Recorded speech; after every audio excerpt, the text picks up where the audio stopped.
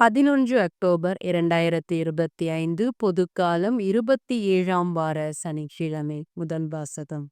அறிவாலை எடுத்து அருங்கள் பயிர் முற்றுவிட்டது. இரவாக்கினர் யோவேல் நூலிலிருந்து வாசகம். ஆண்டவர் கூறுவது: பேக்கினைத்தார் அனைவரும் கிளர்ந்தெழட்டும். கிளர்ந்து எழுந்து யோசாபாத்து பள்ளத்தாக்குக்கு வந்து சேரட்டும்.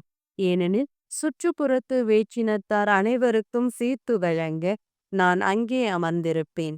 அறிவாலை எடுத்து அருங்கள் பயிர் முற்றுவிட்டது. திராட்சை பழங்களை மிதித்து துளியுங்கள், ஏனெனில் ஆலை நிரம்பி தொட்டிகள் பொங்கி வழிகின்றன. அவர்கள் செய்த கொடுமை மிக பெரியது. திரள் திரளாய் மக்கட்கூட்டம் தீர்ப்பு வழங்கும் பள்ளத்தாக்கில் திறந்திருக்கிறது. ஏனெனில் ஆண்டவரின் நாள் அப்பள்ளத்தாக்கை நெருங்கி வந்துவிட்டது. கதிரவனும் நிலவும் இருளடைகின்றன. விண்மீன்கள் ஒளியை இழக்கின்றன. சீயோனிலிருந்து ஆண்டவர் கர்ச்சனை செய்கிறார். எருசலேமிலிருந்து அவர் முழங்குகின்றார். விண்ணும் மண்ணும் அதிர்கின்றன. ஆயினும் ஆண்டவர் தம் மக்களுக்கே புகலிடம். இஸ்ரேலருக்கு அரணும் அவரே. நானே உங்கள் கடவுளாகிய ஆண்டவர் என்றும், நான் என் திருமலையாகிய சீயோனில் குடியிருக்கிறேன் என்றும் அப்பொழுது நீங்கள் அறிவீர்கள். எருசலேமில் தூயதாயிருக்கும் அந்நியர் இனிமே அதை கடந்து செல்ல மாட்டார்கள்.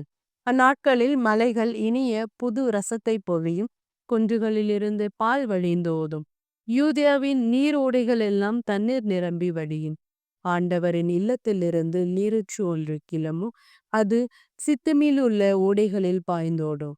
எகிப்து பாழ்நிலமாகும். ஏதோம் பாழடைந்து பாழை நிலமாகும். ஏனெனில் அவர்கள் யூதாவின் மக்களுக்கு கொடுமைக்கு உள்ளாக்கினார்கள். அவர்களின் நாட்டிலேயே குற்றமற்ற இரத்தத்தை சிந்தினார்கள். யூதாவோ என்றென்றும் மக்கள் குடியிருக்கும் இடமாயிருக்கும். எருசலேமி எல்லா தலைமுறைக்கும் மக்கள் குடியிருப்பார்கள். சிந்தப்பட்ட இரத்தத்திற்கு நான் பழிவாங்கவே செய்யுவேன். குற்றவாளிகளை தண்டியாமல் விடேன். ஆண்டவராகிய நான் சீயோனில் குடியிருப்பேன்.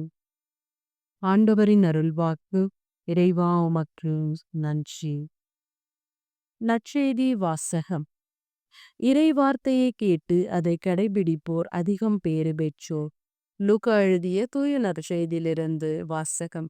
அக்காலத்தில் இயேசு மக்களோடு பேசிக் கொண்டிருக்கும் பொழுது கூட்டத்திலிருந்த பெண் ஒருவர், உம்மை கருத்தாங்கி பாலூற்றி வளர்த்த உம் தாய் பேறு பெற்றவர் என்று குரல் எழுப்பி கூறினார்.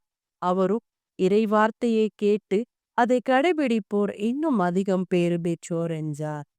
ஆண்டவரின் அருள்வாக்கு. கிறிஸ்துவே உமக்கு புகழ்.